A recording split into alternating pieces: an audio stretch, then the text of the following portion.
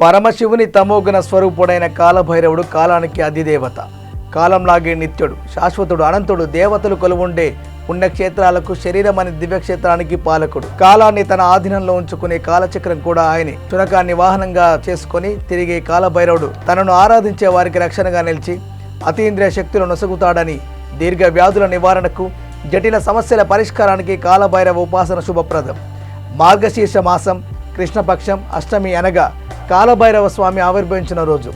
ఎవరైనా ఏదైనా సాధించలేకపోయినా సాధించిన సాధారణంగా అందరూ ఒక మాట అంటూ ఉంటారు.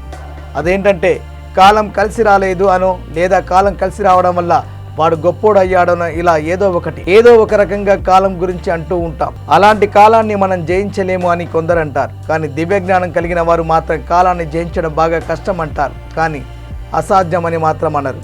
అలాగే మన జాతక దోషాలు కావచ్చు, పూర్వజన్మ పాపపు కర్మలు కావచ్చు, ఏవైనా పితృ సర్పాది దోషాలు కావచ్చు, అవి అన్నీ కూడా మనకి కాలం కలిసి వచ్చినప్పుడు ఏమీ చేయలేవు. అయితే అలా మనకి కాలం కలిసి రావాలంటే అప్పుడు ఆ కాలానికి అతీతుడు, శాసకుడు ఎవరైతే ఉన్నారో వారి అనుగ్రహం ఉంటేనే సాధ్యమవుతుంది. అలాంటి కాలాన్ని శాసించే రూపమే కాలభైరవ రూపం.